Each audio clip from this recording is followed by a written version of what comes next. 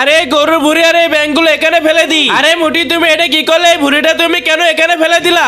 মুটু তো আমার কোনো কথাই শুনলো না। ভালো হয়েছে মুটি এই গরুর ভুড়িটা এখানে ফেলে দিয়েছে। আজকে আমি এই গরুর ভুড়ি আর এই ব্যাংকগুলো অনেক মজা করে রানবো। ভুড়ি থেকে সব ময়লাগুলো বের করে নিয়েছি, এবারে ব্যাংকগুলো ভালোভাবে পরিষ্কার করে ফেলি। আমার তো দেরি সহ্য হচ্ছে না, তাড়াতাড়ি চুলোর কাছে যাই অনেক সুন্দরভাবে রান্না শুরু করে দিই। আমার মাল মশলা ভুড়ি কাটা হয়ে গেছে, এবারে চুলোয় অল্প একটু তেল দিয়ে মাল মশলাগুলো হালকা করে ভেজে নি। অনেকদিন হয়ে গেছে ব্যাংক দিয়ে ভুড়ি দিয়ে মজা করে খেতে পারি না, আজকে না মজা করে খাবো। কিন্তু তার আগে তুমি এই ভিডিওতে 1 সেকেন্ডের ভিতরে একটা লাইক সাবস্ক্রাইব করতে পারবে না? আমি জানি তোমার বিশ্বাস হবে না, কিন্তু সবাই করতে পারবে না। এই তো দেখতে দেখতে পেরে আমার গরু ভুড়ি রান্না হয়ে গেছে, এবারে এর ভিতর কিছু আলু দিয়ে দিই। এবারে কাঁচা জাল দিয়ে হালকা একটু নেড়ে ভুড়িগুলো উঠে ফেলি। এখন বাইরে টেবিলে নিয়ে যাই, মজা করে খাওয়া শুরু করে দিই। সর্বপ্রথম আমি কি দিয়ে শুরু করবো কিছু বুঝতে পারছিস না, এক কাজ করে ব্যাংকটা দিয়ে শুরু করি।